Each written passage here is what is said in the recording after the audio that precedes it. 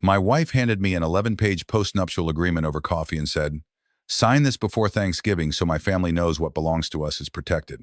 On page 6, my finances were described as modest, largely unverified, and unlikely to affect long-term marital planning. On page 9, she had already signed away any future claim to property or investments held solely in my name. She believed I owned a small furniture restoration workshop, an aging Charleston townhouse, and a pickup truck with 140,000 miles on it. She did not know I had sold a healthcare logistics company 6 years earlier for $84 million. She did not know the historic river estate where her younger sister planned to hold a 3-day wedding belonged to me. She did not know I had found a file on our shared computer titled Daniel Transition Plan. It said she would use our marriage to repair her family's public image, move her mother into my house, remove my daughter's belongings from the guest room, and divorce me after the wedding season ended. The man listed beside future personal alignment had stood beside me at our own wedding and toasted loyalty. I signed my wife's agreement without changing a word. 6 months later at Thanksgiving, her mother handed me a seating chart that placed my daughter beside the caterers and said, "The main table is really for the Carlisle family." That was the moment I stopped wondering whether my wife had ever loved me. I started wondering why I had spent 3 years begging for a place inside a family that only noticed me when they needed a house, a favor, a repair, a check, or someone to stand behind the camera. My name is Daniel Brooks. I was 52 years old when this happened. A widower, a father, and apparently the quietest financial mistake the Carlisle family had ever made. I lived in Charleston, South Carolina, in a faded 3-story townhouse south of Broad Street that had belonged to my late wife's grandparents. The floors leaned slightly toward the harbor, the plumbing complained every winter, and the shutters required repainting more often than any reasonable person should accept. I loved every imperfect inch of it. My first wife, Sarah, had loved it too. We met when we were 24, married at 27, and spent 23 years building a life that never looked glamorous online, but felt complete while we were inside it. Sarah was a pediatric occupational therapist. I was a software engineer who gradually became an entrepreneur almost by accident. In my 30s, I helped design a platform that allowed regional hospitals, clinics, pharmacies, and emergency departments to coordinate medical supplies during shortages and disasters. At first, it was 4 people working above a print shop, then 12, then 80. By the time we sold the company to a national healthcare group, our software operated across 11 states. The sale made me wealthier than anyone in my daily life realized. There was no press tour, no yacht, no photograph beside a giant check. I paid the people who had built the company with me, settled taxes, placed most of what remained into boring investments, and took Sarah out for cheeseburgers at the place where we had eaten after our first apartment closing. She laughed when I asked whether she wanted to buy a larger house. "We already lose each other in this one," she said. "Why would I pay for more rooms?"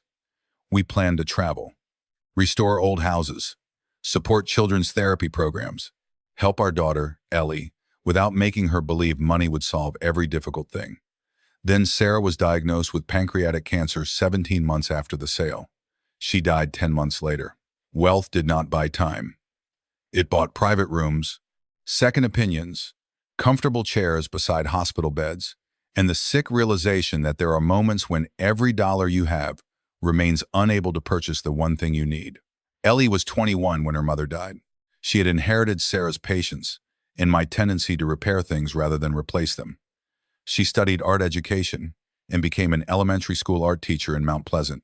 She spent her own salary on paint, clay, sketchbooks, and snacks for children who arrived hungry. She drove an old Subaru covered in bumper stickers made by students. Her apartment contained more handmade mugs than matching plates. She was the person who sat beside me during the months after Sarah's death, without trying to turn grief into a project. Some evenings she came to the townhouse, made soup, and read in the living room while I stared at nothing. She did not ask me to talk. She simply made sure I did not disappear entirely. "You don't have to become interesting again," she told me once. "You just have to keep being here." I began restoring furniture because stillness had become dangerous. I rented a small workshop on the edge of North Charleston and spent mornings repairing old dining tables, church pews, cabinets, and porch swings. I did not need the income, but I charged fairly because work without value can become charity performed for yourself. I told most people I did restoration and occasional consulting. Both statements were true. Neither explained my bank accounts. I was not deliberately searching for a woman who would love me without knowing I was wealthy. I simply stopped believing the number belonged in every introduction. Sarah had known me before any success. Anyone after her would meet the man I had become, not the balance sheet behind him. That decision felt wise until I met Vanessa Carlisle. Vanessa entered my life at a waterfront charity dinner organized to raise money for children's rehabilitation services. Ellie had convinced me to attend because one of Sarah's former colleagues was being honored. Vanessa was 46, divorced, elegant, and serving as executive director of the Carlisle Family Foundation, an organization established by her grandfather and sustained largely by family money, corporate sponsors, and Vanessa's talent for making wealthy people feel morally beautiful. She wore a dark green dress, carried no purse, and knew every donor's spouse, business, favorite wine, and recent disappointment. She found me standing near the back terrace where the speeches were less audible. "You look like you are considering escape," she said. "I'm evaluating routes. Kitchen door is alarmed. You checked?"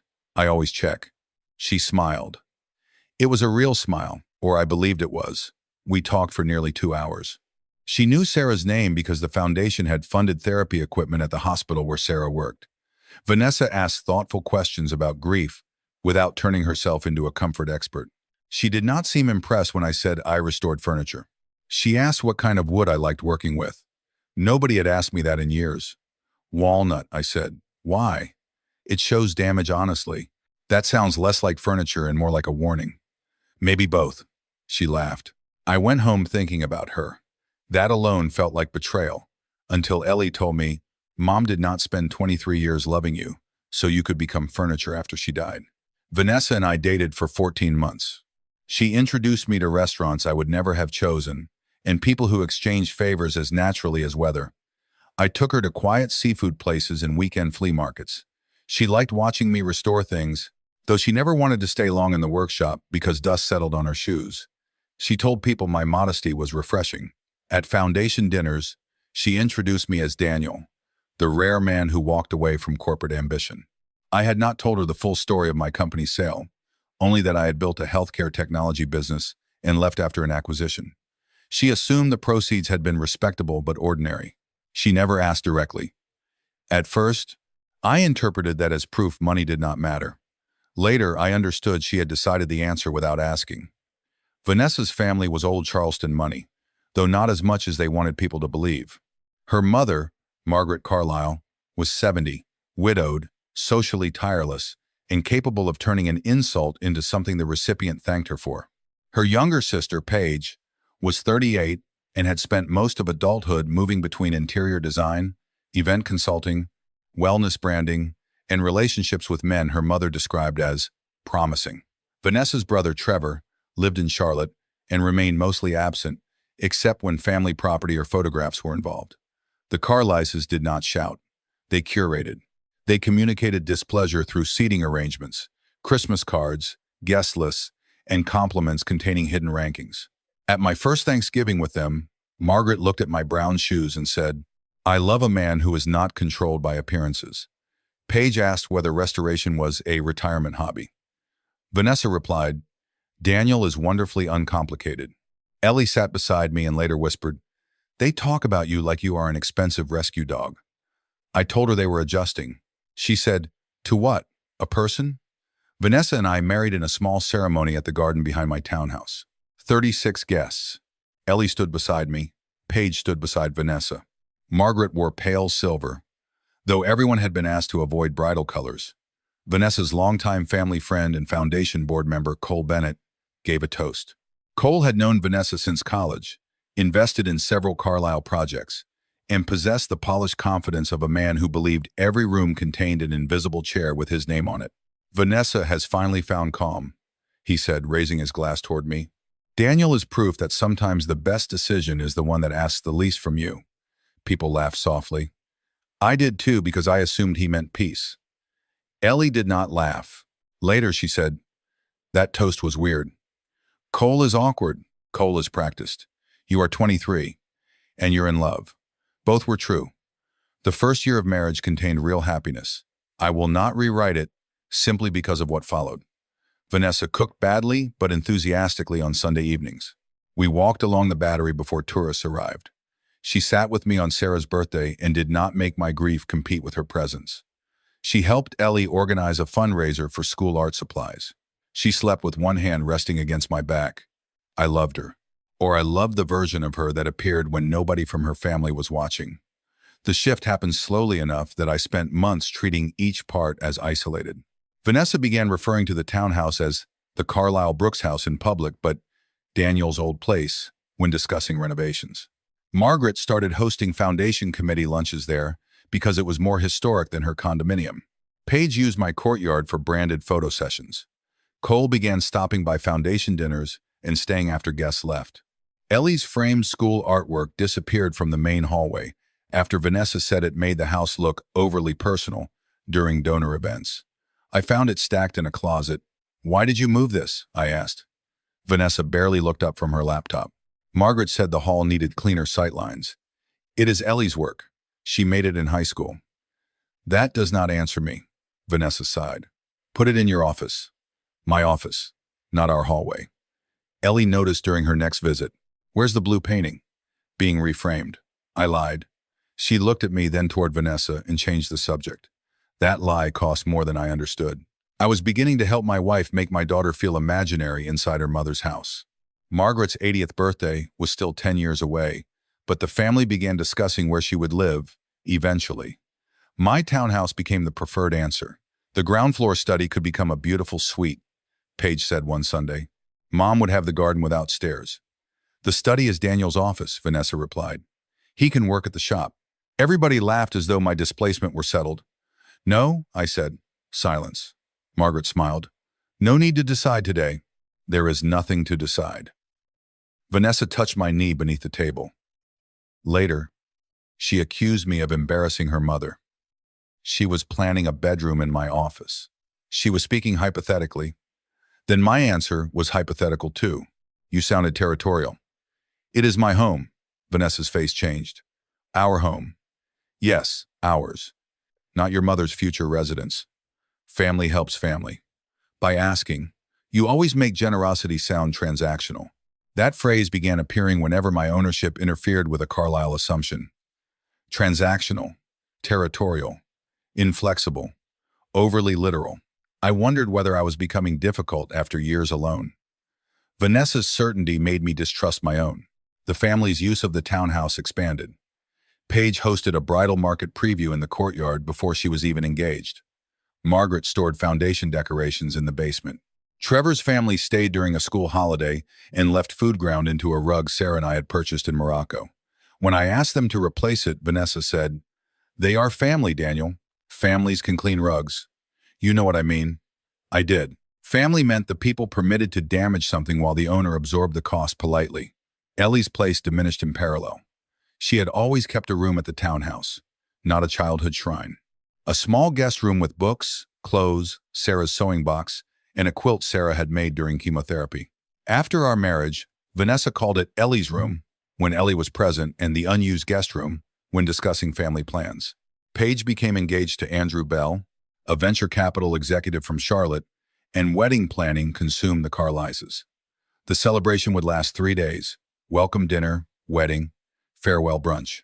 Margaret insisted Charleston venues were either too public or not authentically ours. Vanessa suggested Magnolia River House, a restored 19th century estate 30 minutes outside the city. The property had gardens, guest cottages, an old carriage barn, and a dock overlooking the Ashley River. What she did not know was that I owned it. Sarah and I had purchased the neglected estate through an investment company 4 years before she became ill. We planned to restore it as a retreat center for families with children undergoing lengthy medical treatment. After Sarah died, I completed the restoration slowly and allowed a small hospitality team to host weddings, nonprofit retreats, and private events to cover maintenance. Ownership was held through a simple company with no public connection to my daily name. Vanessa had attended one foundation retreat there and fallen in love with the place. "It feels like somebody wealthy restored it without ruining it," she said.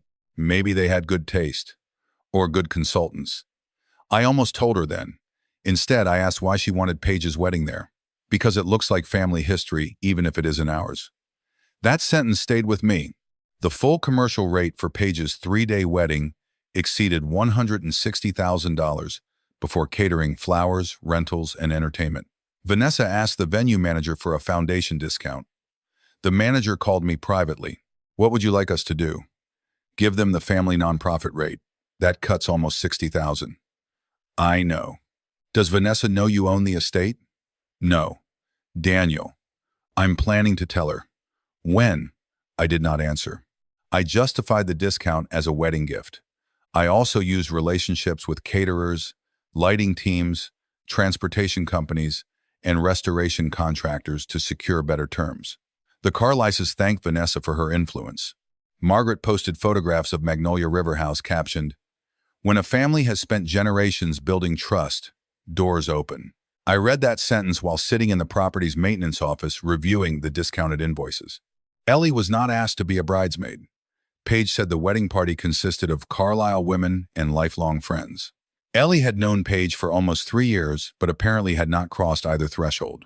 She was invited to help design children's activity tables because she was so creative.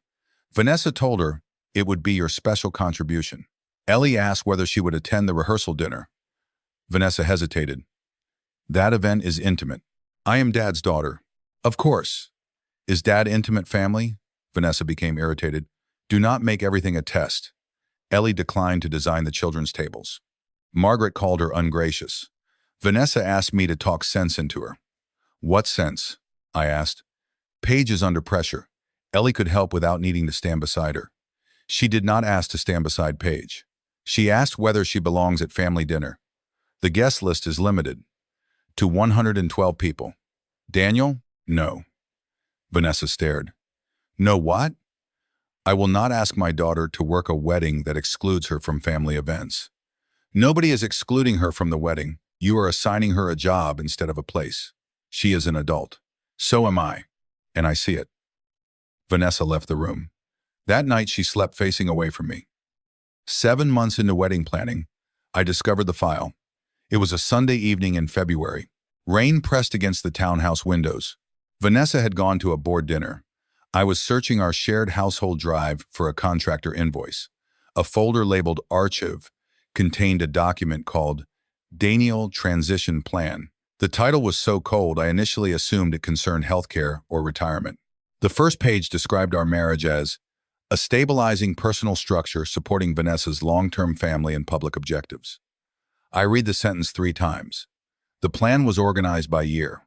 Year 1, consolidate household presentation and foundation hosting. Year 2, establish Margaret's future residence access. Year 3, formalize asset separation and secure permanent family use of Charleston property. Year 4, complete Paige's wedding and reposition Vanessa publicly.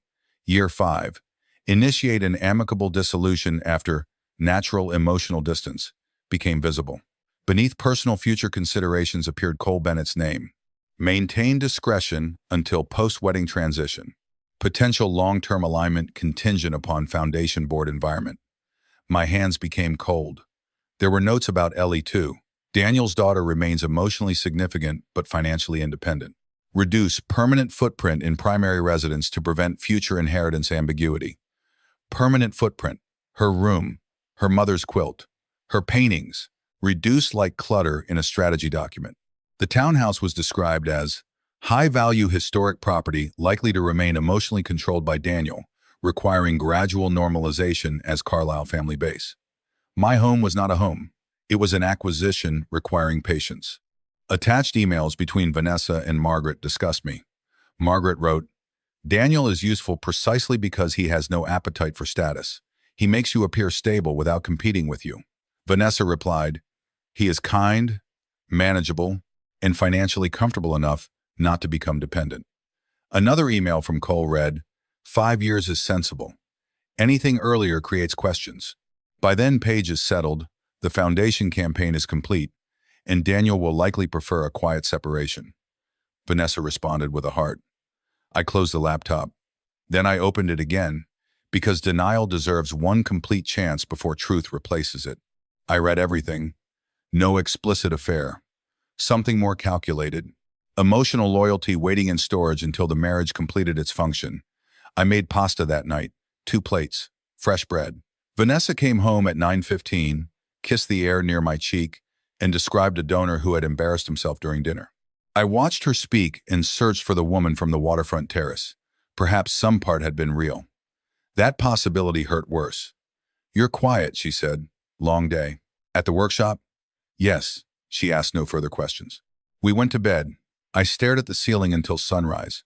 I did not decide to destroy her. I decided to stop helping her destroy me. The distinction became the center of everything that followed. For 2 months, I changed nothing visibly. I cooked, attended events, walked with her on Sundays, asked about wedding plans. The normality was not revenge. It was time. I needed to understand what belonged to grief, what belonged to anger, and what decisions I could still respect after both cooled. I met privately with my longtime advisor, Martin Hayes, who had handled the company sale and remained one of 3 people who knew the full extent of my assets. I showed him the transition plan. He read it silently. Does she know about the sale? Not the amount. Does she know about Magnolia? No. Why not? At first because I wanted privacy. Later because I kept waiting for the right moment. And now? Now the fact that she never asked feels different. Martin folded his glasses. What do you want? To protect Ellie, the townhouse, Magnolia, the children's retreat fund, and whatever life I have left from becoming leverage in their family plan. Divorce? Probably. Immediately? Not yet. Why? Paige's wedding. He frowned. You owe them nothing. I know, but I do not want Ellie or Sarah's memory attached to a story where I exploded a wedding from the shadows. I need to withdraw cleanly. Martin nodded. Then decide what support you are willing to complete and stop everything else. I reviewed every recurring expense connected to Vanessa's family. Foundation dinners hosted without charge. Storage. Wedding discounts. Transportation upgrades. Courtyard events. Margaret's design consultations billed through household accounts. Paige's venue reduction. None had been clearly requested as personal gifts because the family operated through assumption. I documented them not to present a bill, but to see the pattern. In 18 months, I had quietly subsidized more than $200,000 in Carlisle events, travel, property use, repairs, and wedding concessions. Vanessa praised her family's influence while spending mine invisibly. Then the postnuptial agreement appeared. She placed the envelope beside my coffee on an April morning and spoke without sitting down. My attorneys drafted something. What is it? A postnuptial agreement. We should have done it earlier. Why now? Paige's wedding has everyone thinking about family structures. Margaret's estate planning, Trevor's children, the foundation. Clarity prevents resentment. She scrolled through her phone while explaining that each spouse would retain sole ownership of assets held individually, inheritances would remain separate, future growth would stay with the titled owner, and neither person would seek support from the other after separation. My assets were summarized as the townhouse, workshop income, consulting savings, and unspecified modest investments. Your lawyers never asked me for a complete list, I said. You can add anything significant. Do you want a complete list? She finally looked at me. Daniel, this is not an audit. The purpose is to protect both of us, not inventory every small account. Small. And the townhouse? Yours, formally. Though we should create a separate family use agreement eventually so Margaret is protected if something happens to you. Protected from what? Instability. Ellie? She has her own life. So does your mother, Vanessa's jaw tightened. This is exactly why legal clarity matters. Emotions make simple planning impossible. Have you signed? Page 9. I studied her. Take your time, she said. My attorneys are available. She left without kissing me. I read all 11 pages. The agreement protected her foundation salary, retirement accounts, Carlisle trust distributions, public investments, and any future family inheritance. It also protected every asset held solely in my name, including those not specifically disclosed. The language was broad because Vanessa's lawyers believed broadness protected their client from a modest husband attempting future claims. I sent it to Martin. He called 2 hours later. Do not sign until we discuss. Would it protect Magnolia? Yes. The company sale assets? Yes. The townhouse? Yes. Would she have any future claim? Not under these terms. Then I'm signing. Daniel, she does not understand what she is giving up. She did not want to understand what I owned. That may matter emotionally. It could still create conflict. I am not changing her terms. Are you certain this is not revenge? No. Honesty. Part of me wants her to discover the cost of describing my life as minimal. But I also want the separation she requested. Clean ownership. No financial entanglement. No argument that love purchased access. He remained quiet. Wait 48 hours, he said. I did. My decision did not change. I signed before a notary and returned the document. Vanessa kissed my cheek that evening. Thank you for being reasonable. I almost asked reasonable for whom. Instead, I said, clarity matters. For the next 6 months, I stopped expanding the subsidies. I honored commitments already made for Paige's wedding, but refused new requests. When Paige wanted fireworks over the river, the venue quoted the full cost. She complained to Vanessa. Vanessa asked me whether I knew anyone who could make it disappear. The cost? Yes. No. You know everybody in restoration and events. Fireworks are not restoration. You are being literal. They can pay the quote. She stared. You have changed. How? You used to enjoy helping. I still do. I do not enjoy being treated like help is automatic. This is my sister's wedding. Then your family can decide what it can afford. She accused me of making money emotional. I nearly laughed at how reliably the phrase arrived. Margaret's requests met similar answers. She wanted to move boxes into my basement before renovating her condominium. No. Only for 3 months. Use storage. Why would family pay for storage when you have an empty basement? Because the basement is not empty. My belongings are there. What belongings? Sarah's medical records. Ellie's childhood furniture. Company archives. My past, apparently invisible because it did not belong to the Carlises. Things I am keeping. Margaret told Vanessa I'd become possessive. Vanessa said the timing was cruel. I did not change the answer. Ellie noticed. You are finally saying no. Apparently, what happened? I wanted to protect her from the transition file. Then I remembered protection had become another word for letting people make decisions around her without information. I showed her the paragraphs concerning her room. She read in silence. Reduce permanent footprint, she said.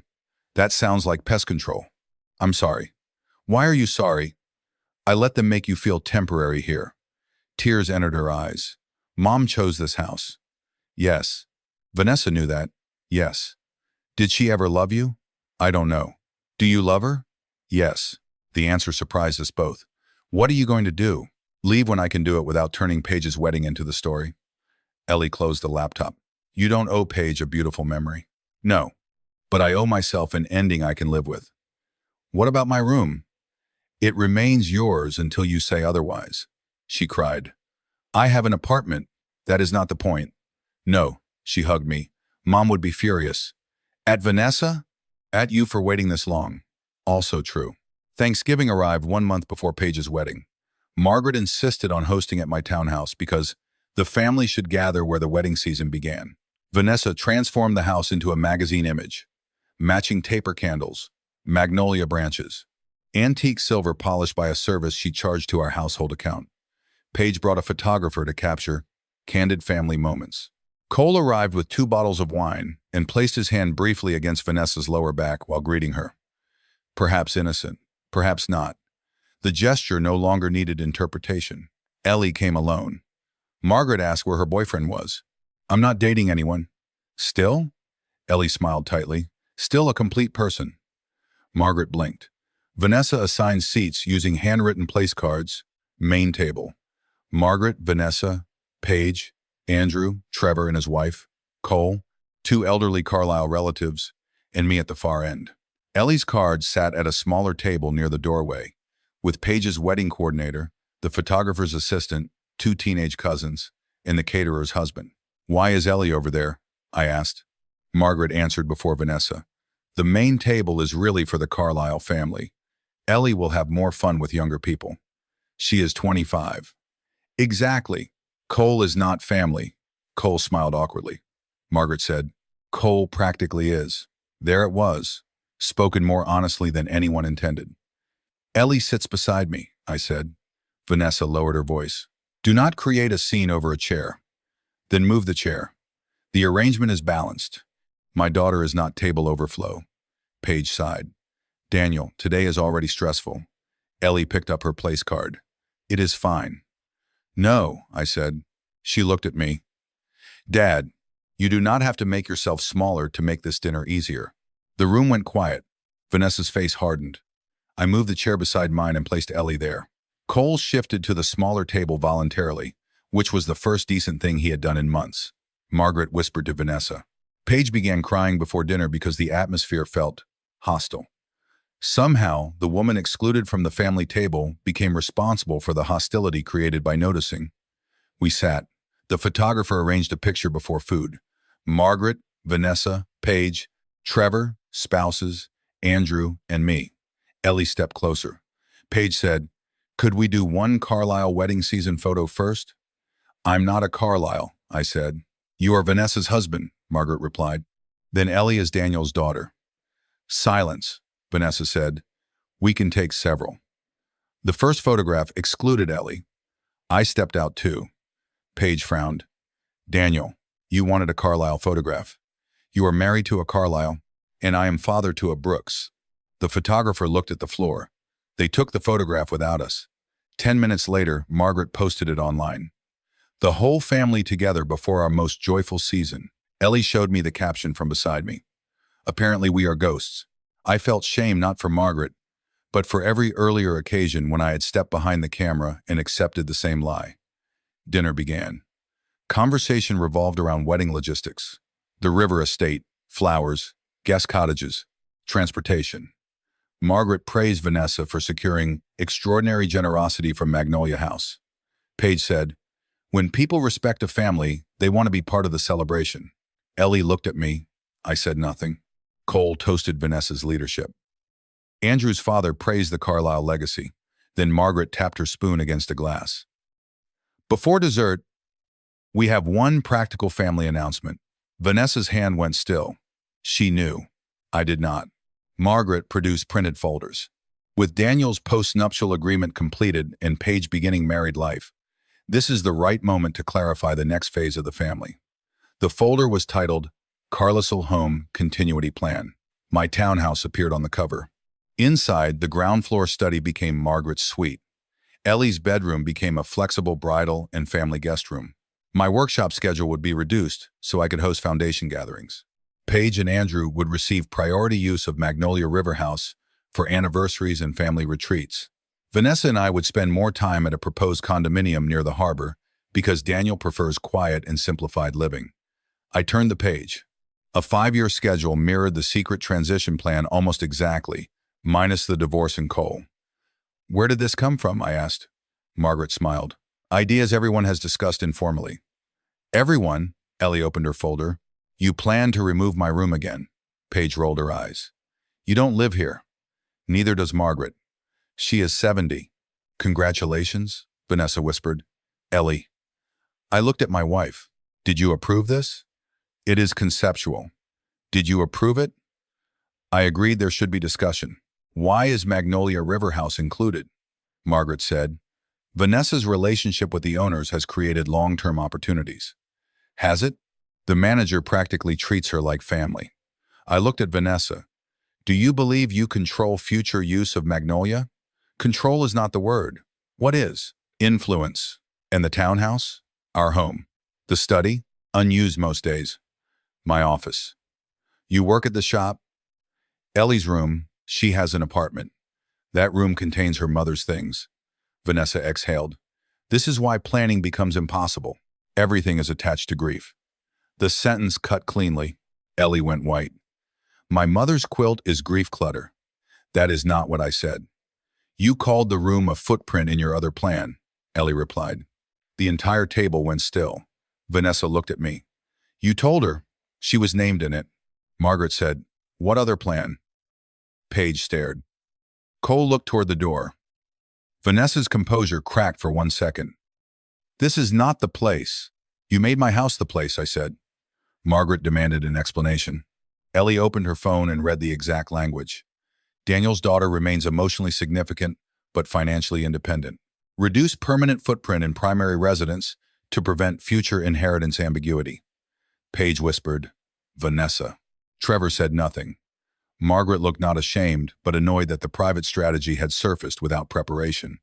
That wording is unfortunate, she said. The meaning is practical. Explain the practical meaning, Ellie said.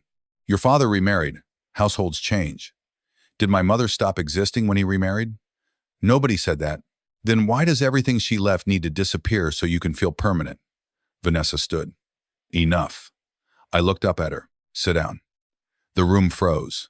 I had never spoken to her that way. My voice remained calm.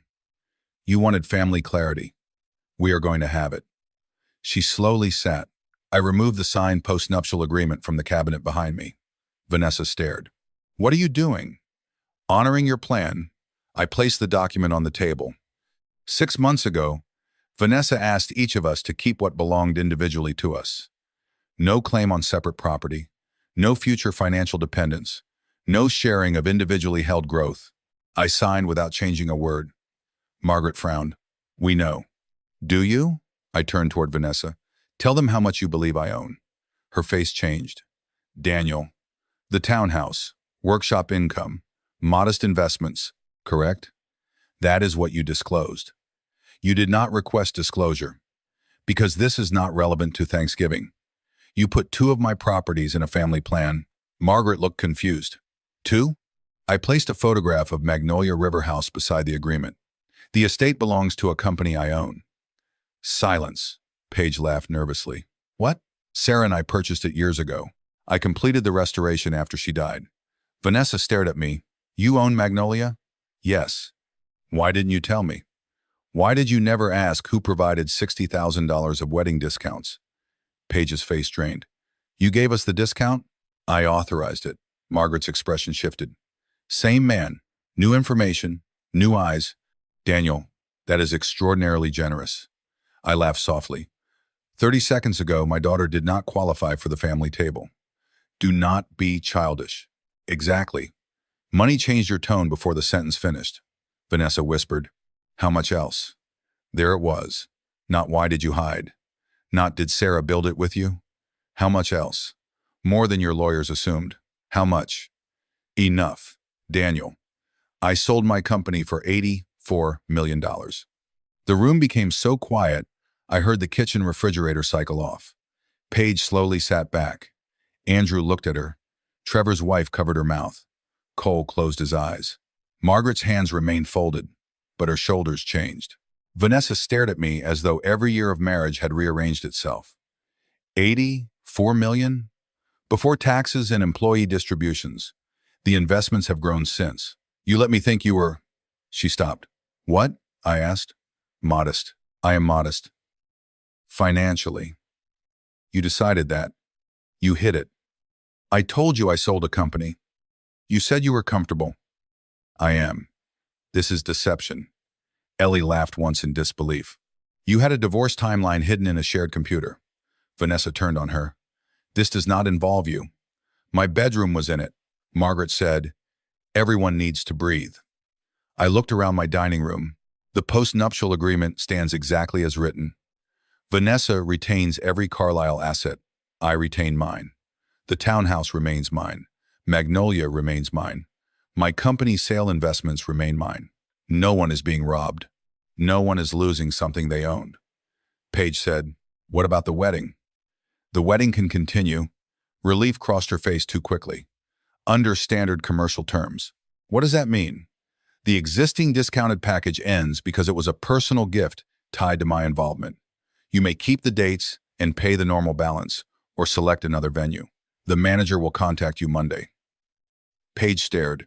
The wedding is 4 weeks away. The estate remains available. At $60,000 more? Approximately, Margaret said.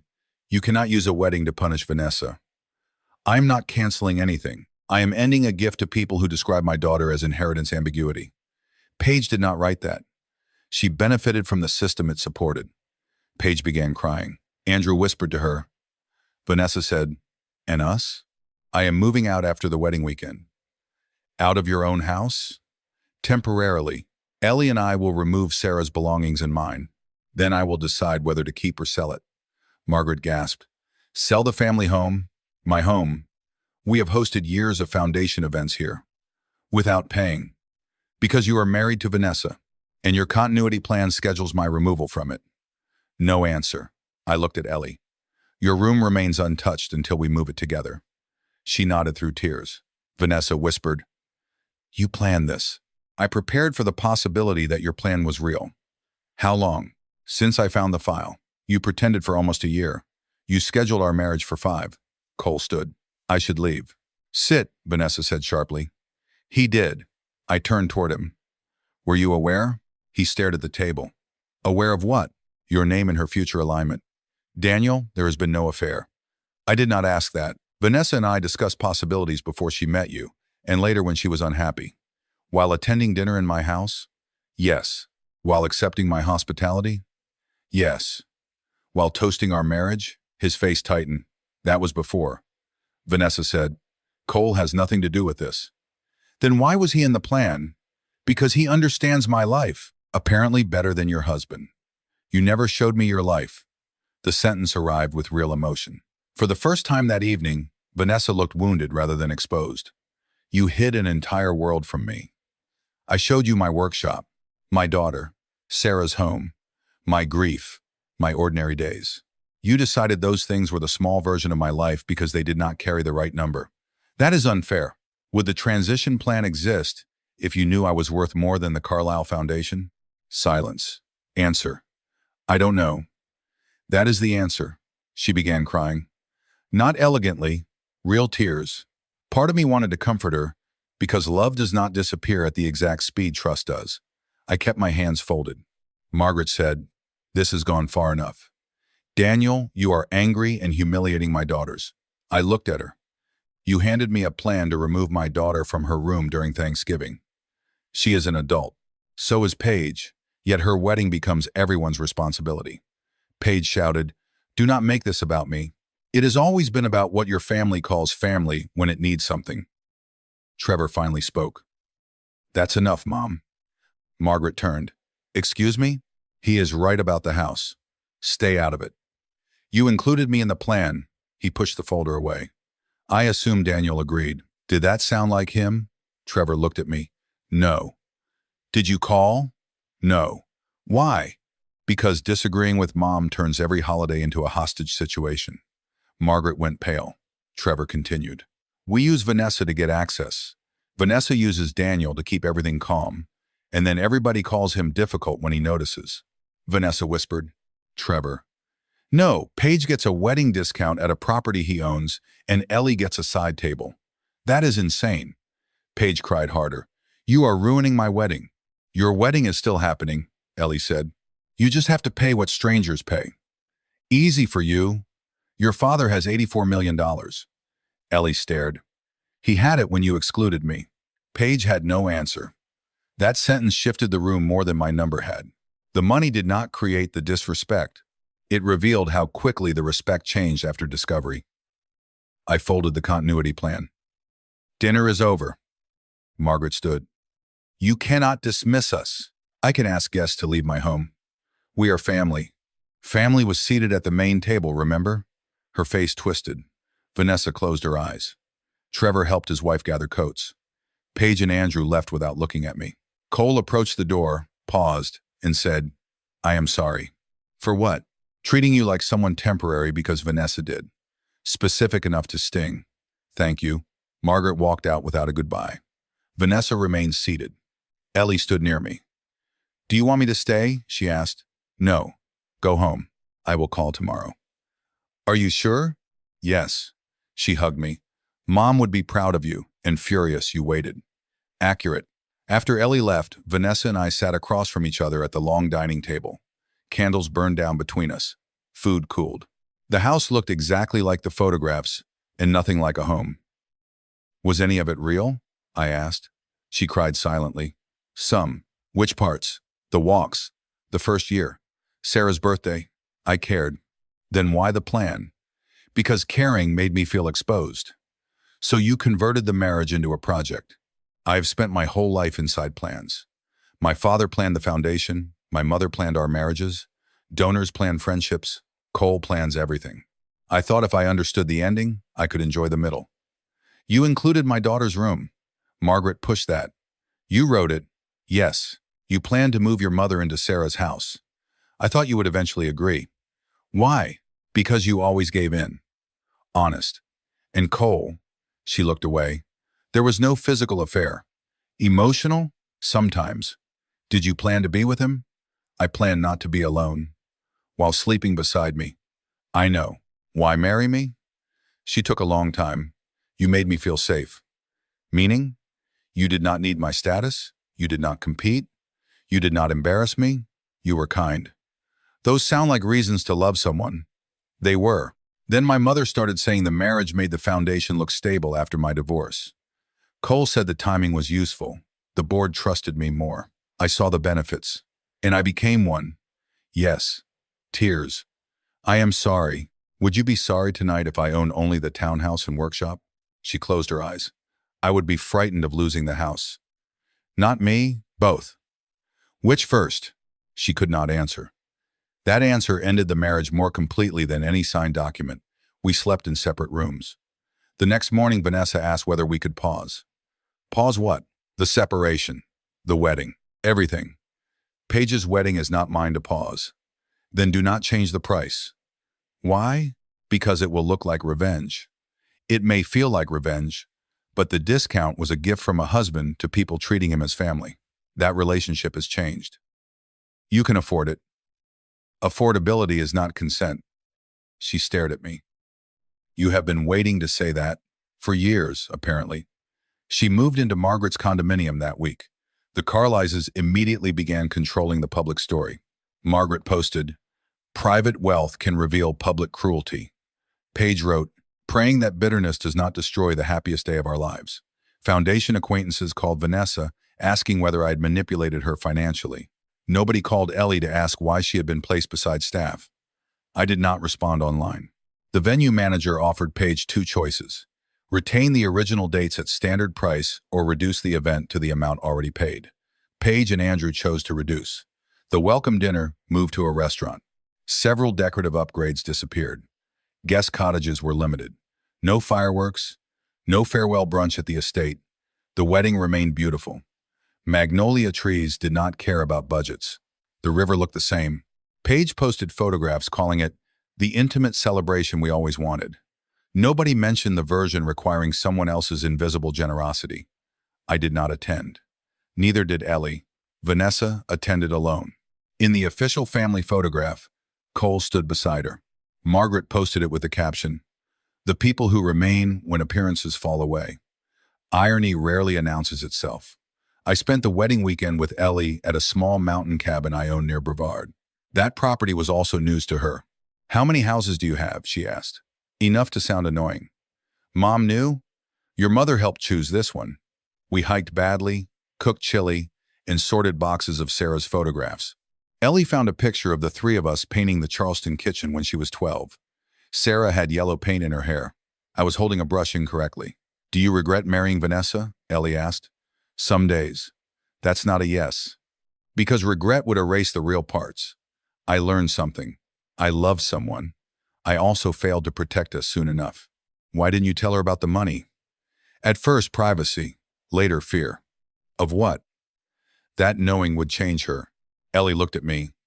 Not telling her did not prevent that. It only delayed your information. Teachers and daughters are dangerous because they simplify the excuses intelligent men use. You're right. Do you think you tested her? Perhaps. Was that fair? No. Was what she did fair? No. Both? Both. That became part of my accountability. Vanessa had betrayed me. I had also entered marriage holding back a truth large enough to shape shared decisions. I had not lied about debt, dependence, or lifestyle. I had paid my share and more. Still, intimacy requires more than technical honesty. Part of me wanted to be loved without wealth, but instead of asking whether money mattered, I silently created conditions under which failure would prove my fear correct. That was not the same as her 5-year exit plan. It was not nothing either. I learned to own my part without allowing it to swallow hers. The formal separation remained simple because Vanessa's agreement had already divided everything. There was no courtroom spectacle. She kept her Carlisle accounts, foundation income, condominium interest, and investments. I kept mine. She initially argued that the townhouse had become a marital home and Magnolia had become tied to family commitments. Her own agreement ended those arguments quickly. She signed the final papers 9 months after Thanksgiving. At the last meeting, she looked at me and said, "I thought the agreement would make me safe. Did it? Financially? And otherwise? No. Me neither." We walked out separately. I sold the Charleston townhouse the following year. That surprised Ellie. "Mom's house?" she asked.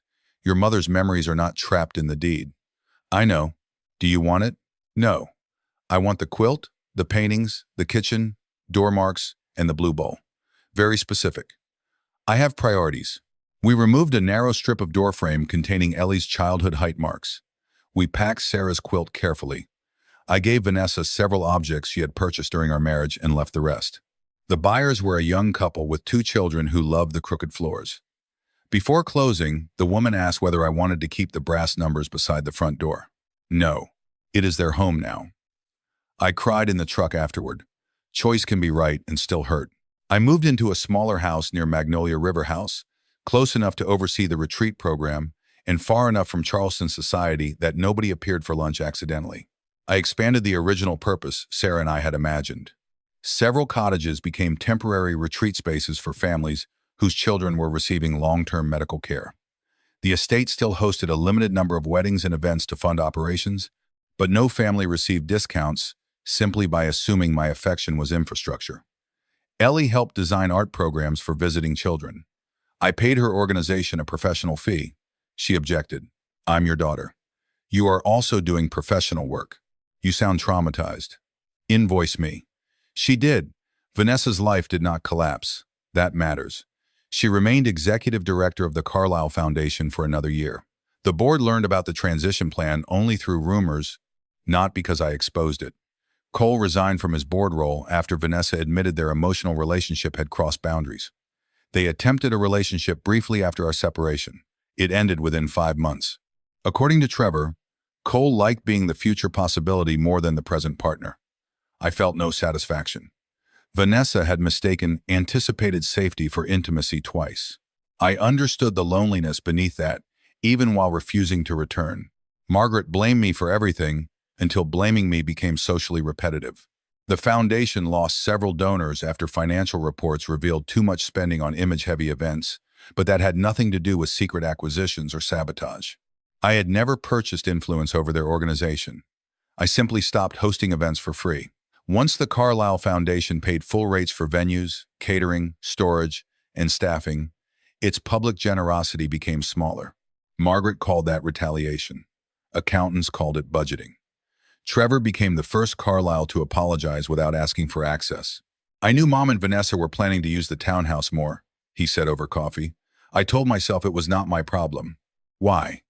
"Because they punish resistance with chaos." "And I did not?" You withdrew quietly. "So I was safer to sacrifice." "Yes." He looked ashamed. "I am sorry. We never became close." But honesty made occasional civility possible. Paige did not apologize for several years. Her marriage to Andrew survived the wedding but struggled after the performance ended. She eventually built a real interior design practice instead of moving between family-supported projects. One afternoon, she sent an email. "I thought your generosity was evidence of our family's importance. I did not understand it was your choice. When the discount ended, I called you cruel because paying the real cost felt like something had been taken. Nothing had been taken. I am sorry Ellie was treated as labor instead of family." I forwarded the message to Ellie and asked whether she wanted it. "Yes." She read it and replied herself, "Thank you. I am not interested in a relationship, but I appreciate the honesty." Paige accepted that. Growth does not always receive closeness as payment. Margaret never changed enough for reconciliation. She sent Christmas cards addressed to Daniel and family without naming Ellie. She wrote letters explaining that women in her generation had survived by planning. She described Vanessa's transition file as unfortunate private thinking rather than betrayal. I stopped responding. When she died 4 years later, I attended the funeral for Vanessa, not for Margaret. I sat near the back. Ellie chose not to go. Vanessa hugged me after the service and said, "She never understood why you would not come back." "Did you?" "Eventually." "What did you understand?" That I wanted access to your forgiveness before I had become someone safe enough to receive it.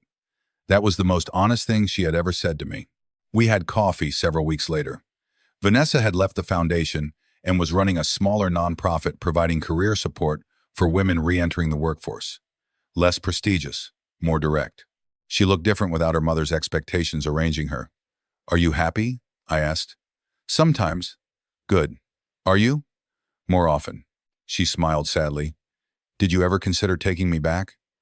Yes. Her eyes filled. Why didn't you? Because I missed who we were during the good year. I did not trust who we became when your family wanted something. I changed. I believe you changed. Not enough? This is not an exam. Then what? Love can return without the relationship becoming safe. She looked down. I hate that sentence. Me too. We finished coffee. No reconciliation. No revenge. Acknowledgement. Ellie's relationship with me changed too. For years after the separation, she watched for signs I might choose another person over her. She rarely said it directly. She asked whether she needed permission before visiting. She avoided leaving belongings at my new house. She booked hotels during longer stays even when the guest room was free. One Christmas, I found her packing after dinner. Stay. I don't want to assume. I am asking. Vanessa used to get irritated when I stayed more than one night. Vanessa does not live here. I know. Do you? Tears arrived. Not always. I sat on the bed. I am sorry I let anyone make you feel temporary in your mother's home. You were lonely. That does not excuse it. No. You do not have to forgive me quickly. I already forgive you. Trust is different. Yes, she stayed. Over time, the guest room became hers through choice, not permanent entitlement. She kept pajamas in one drawer. Sarah's quilt remained on the bed. She asked before bringing friends. I asked before moving anything. Ordinary respect repaired what grand speeches could not. Ellie later married a middle school counselor named Marcus Reed. Their wedding took place in the garden at Magnolia River House, though I initially resisted because I worried the estate had become symbolic. Do you actually want Magnolia? I asked.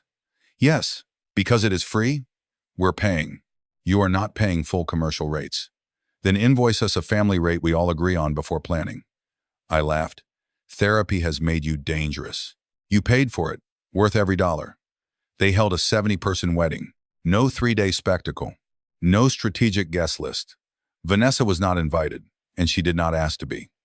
Paige sent flowers. Trevor attended. Before the ceremony, Ellie handed me a small framed copy of the old seating chart from Thanksgiving. My heart sank. She had written across it in gold ink, "You never belong at the side table in your own life."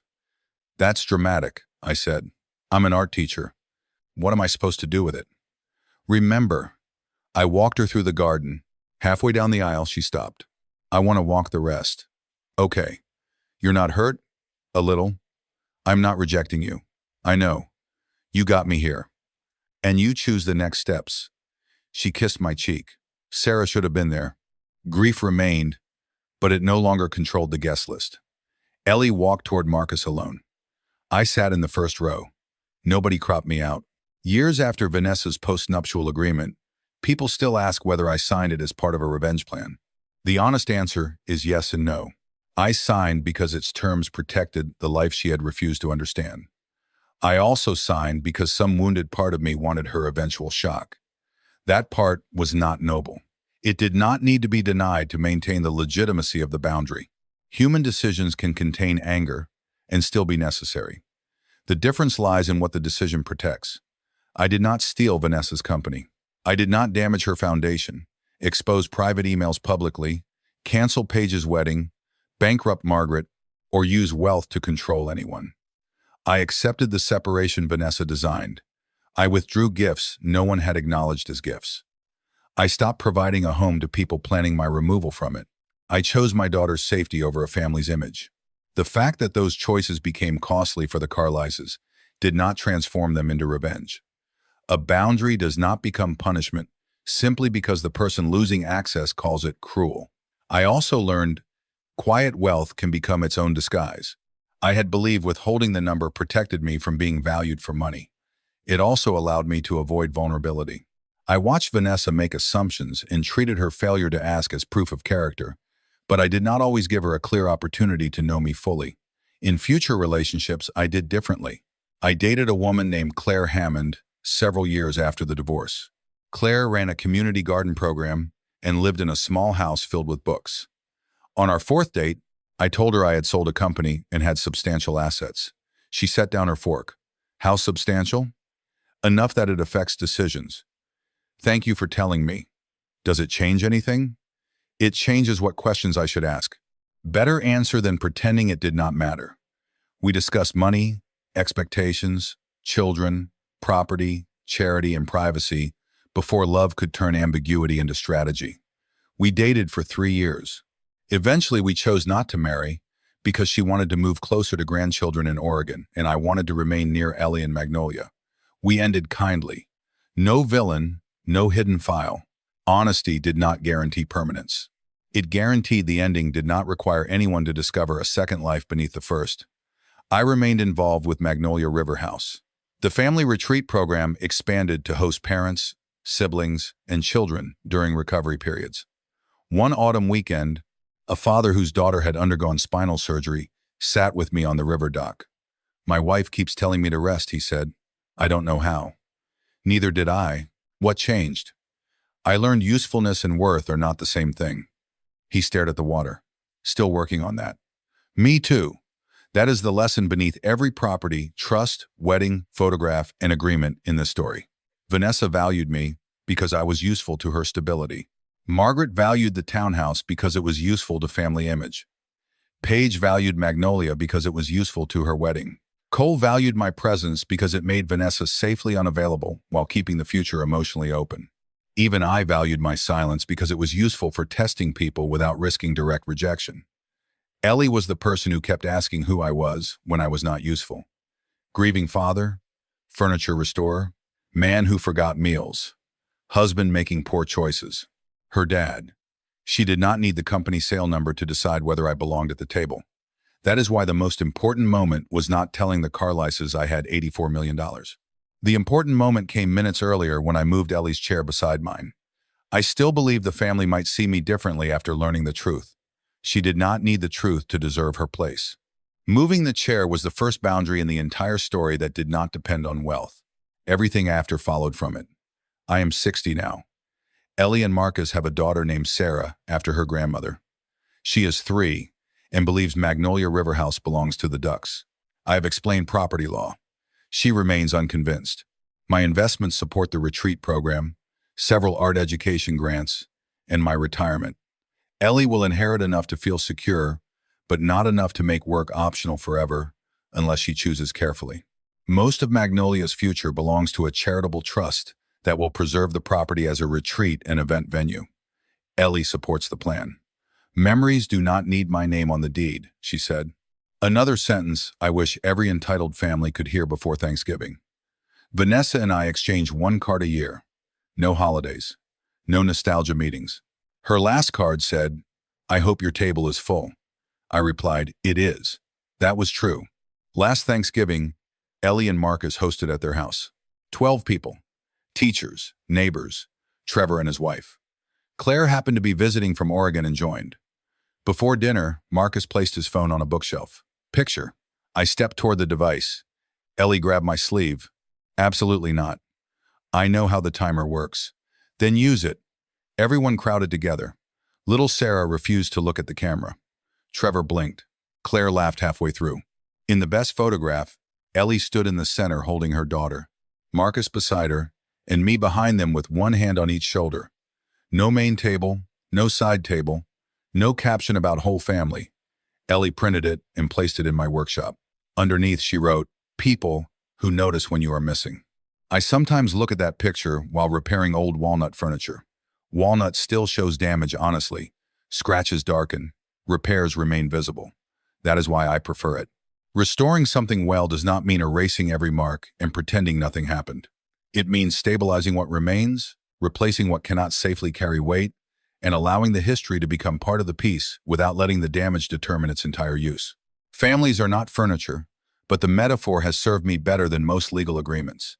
My marriage to Vanessa could not be restored safely. My relationship with Ellie could. My trust in myself needed the most repair of all. I had to stop mistaking patience for strength when patience merely postponed a necessary answer. I had to stop believing being underestimated always gave me an advantage. Sometimes it simply means you are remaining in a room where nobody is curious enough to know you. Quiet can protect. Quiet can also become cooperation with your own erasure. The strongest thing I did was not hiding wealth, signing the agreement, or revealing Magnolia. It was saying, "My daughter sits beside me," before anyone knew what saying no might cost them. So here is the question I would ask anyone listening, because people divide sharply when I tell this story. If your spouse married you partly because she believed you were financially modest and easy to manage, secretly planned to remove your child from your home, and leave you after using your stability to elevate her family, then genuinely changed years later and admitted everything without asking for money, would forgiveness ever be enough to rebuild the marriage? Or would discovering that you had been chosen as a strategy rather than a person permanently close that door?